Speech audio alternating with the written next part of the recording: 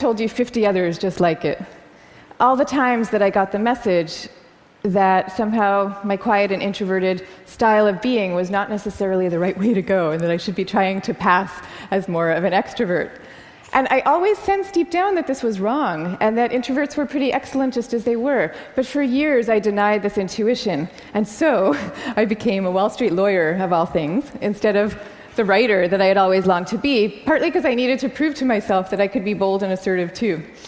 And I was always going off to crowded bars when I really would have preferred to just have a nice dinner with friends. And I made these self-negating choices so reflexively that I wasn't even aware that I was making them.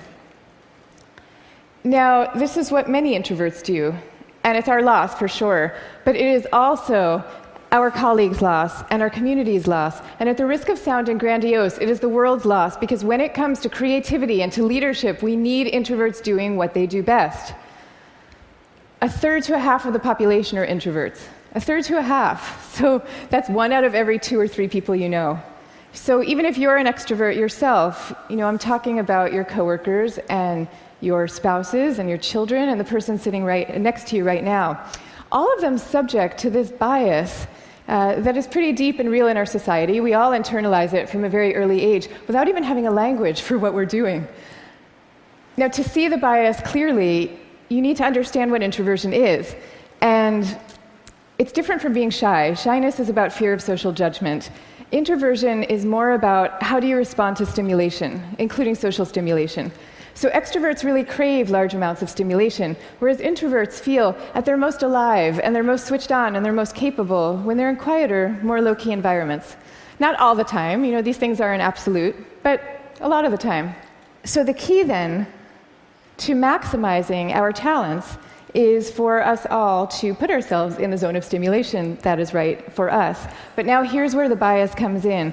Our most important institutions, our schools and our workplaces, they are designed mostly for extroverts, and for extroverts' need for lots of stimulation. And also, we are living through this belief system. We have a belief system right now that I call the new groupthink, which holds that all creativity and all productivity comes from a very oddly gregarious place. So if you picture the typical classroom nowadays, when I was going to school, we sat in rows. We sat in rows of desks like this, and we did most of our work pretty autonomously. But nowadays, your typical classroom has pods of desks of 4 or 5 or 6 or 7 kids all facing each other. And kids are working in countless group assignments, even in subjects like math and creative writing, which you would think would depend on solo flights of thought. Kids are now expected to act as committee members. And for the kids who prefer to go off by themselves or just to work alone, those kids are seen as outliers often, or worse, as problem cases. And the vast majority of teachers reports believing that the ideal student is an extrovert as opposed to an introvert, even though introverts actually get better grades and are more knowledgeable, according to research.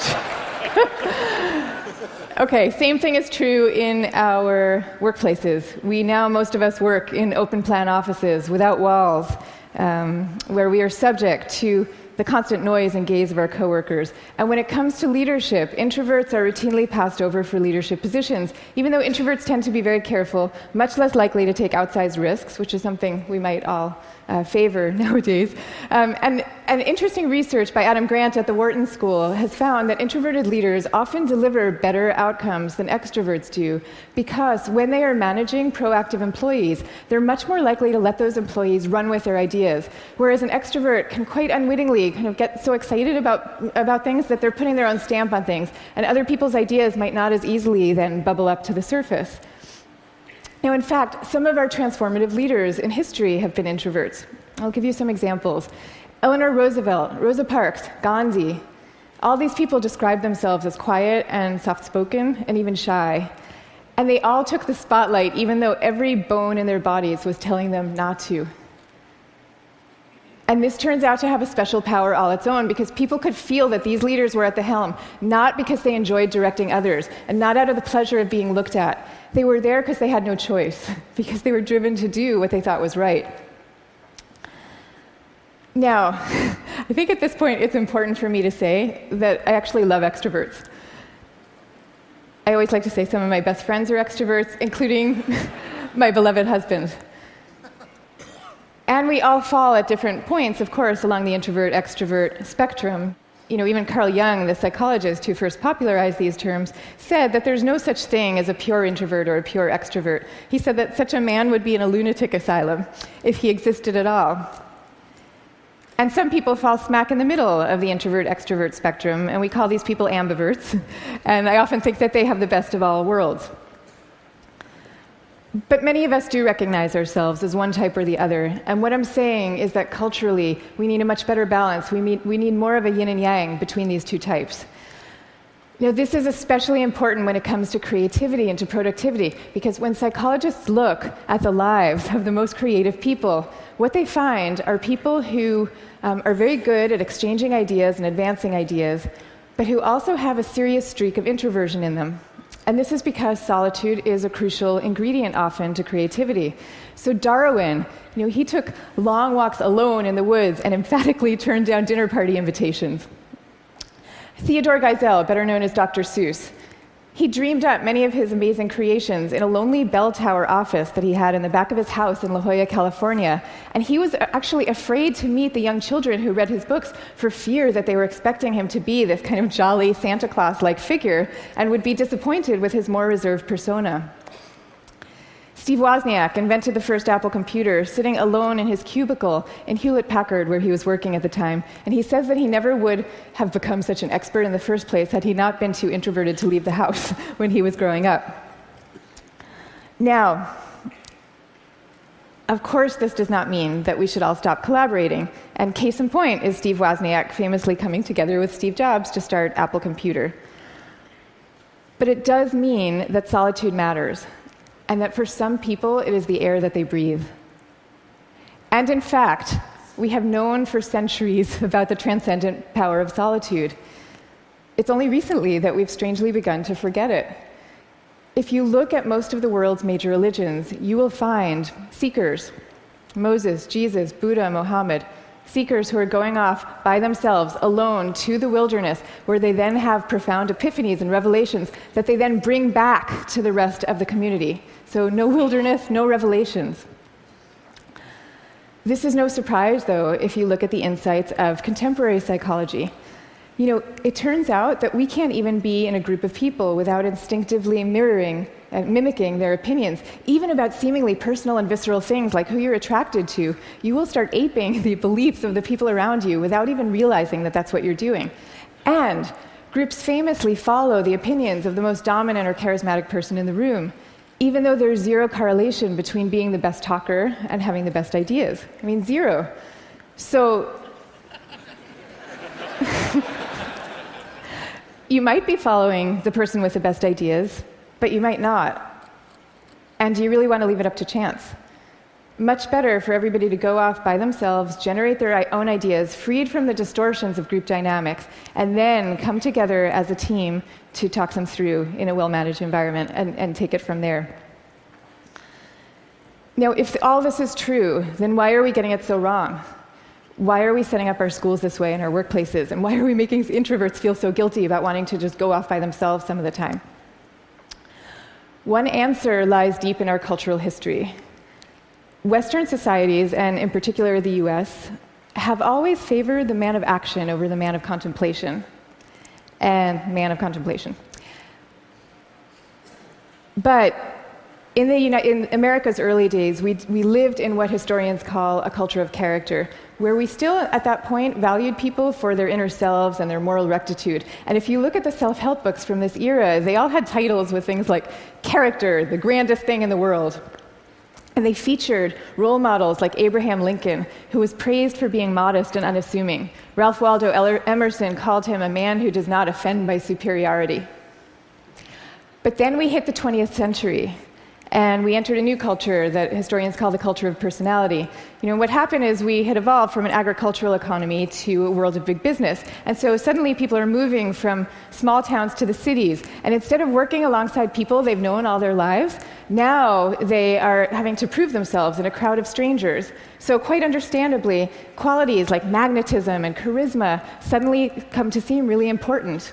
And sure enough, the self-help books change to meet these new needs, and they start to have names like How to Win Friends and Influence People, and they feature as their role models really great salesmen. So that's the world we're living in today. That's our cultural inheritance. Now, none of this is to say that social skills are unimportant. And I'm also not calling for the abolishing of teamwork at all. The same religions who send their sages off to lonely mountaintops also teach us love and trust. And the problems that we are facing today in fields like science and in economics are so vast and so complex that we are going to need armies of people coming together to solve them, working together. But I am saying that the more freedom that we give introverts to be themselves, the more likely that they are to come up with their own unique solutions to these problems. So now, I'd like to share with you what's in my suitcase today.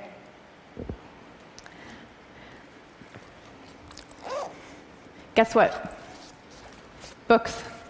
I have a suitcase full of books. Here's Margaret Atwood, Cat's Eye. Here's a novel by Milan Kundera. And here's The Guide of the Perplexed by Maimonides. But these are not exactly my books. I brought these books with me because they were written by my grandfather's favorite authors.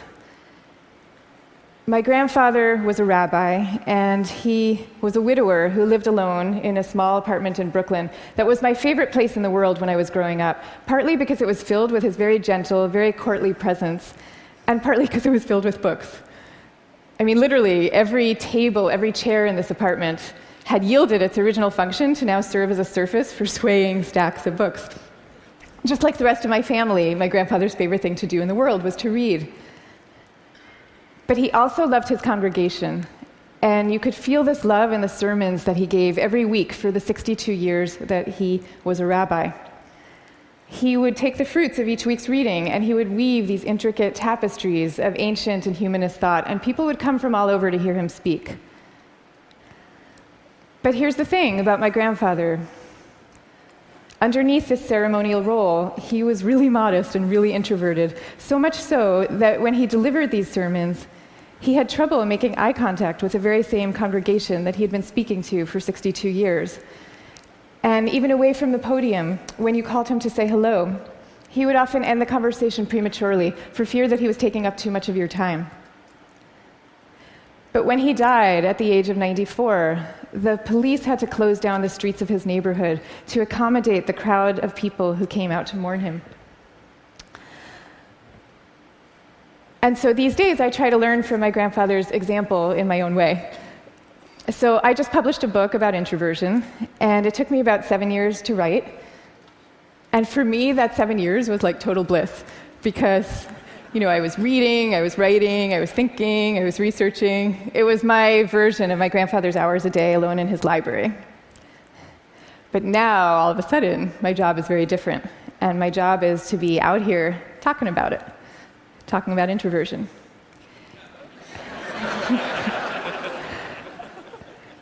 And that's a lot harder for me, because as honored as I am to be here with all of you right now, this is not my natural milieu. So I prepared for moments like these as best I could. I spent the last year practicing public speaking every chance I could get, and I called this my year of speaking dangerously. And that actually helped a lot. But I'll tell you, what helps even more is my sense, my belief, my hope that when it comes to our attitudes to introversion and to quiet and to solitude, we truly are poised on the brink of dramatic change. I mean, we are. And so I am going to leave you now with 3 calls for action for those who share this vision. Number 1, stop the madness for constant group work. Just stop it. Thank you. And I want to be clear about what I'm saying, because I deeply believe our offices should be encouraging casual, chatty, cafe-style types of interactions, the kind where people come together and serendipitously have an exchange of ideas. That is great. That's great for introverts, and it's great for extroverts. But we need much more privacy, much more freedom, much more autonomy at work. School, same thing. We need to be teaching kids to work together, for sure, But we also need to be teaching them how to work on their own. This is especially important for extroverted children, too. They need to work on their own because that is where deep thought comes from, in part. Okay, number 2, go to the wilderness. Be like Buddha. Have your own revelations. I'm not saying that we all have to now go off and build our own cabins in the woods and never talk to each other again. But I am saying that we could all stand to unplug and get inside our own heads a little more often. Number 3, take a good look at what's inside your own suitcase and why you put it there. So extroverts, maybe your suitcases are also full of books, or maybe they're full of champagne glasses or skydiving equipment. Whatever it is, I hope you take these things out every chance you get and grace us with your energy and your joy. But introverts, you being you probably have the impulse to guard very carefully what's inside your own suitcase, and that's okay. But occasionally, just occasionally, I hope you will open up your suitcases for other people to see, because the world needs you and it needs the things you carry. So I wish you the best of all possible journeys and the courage to speak softly. Thank you very much. Thank you. Thank you. Thank you.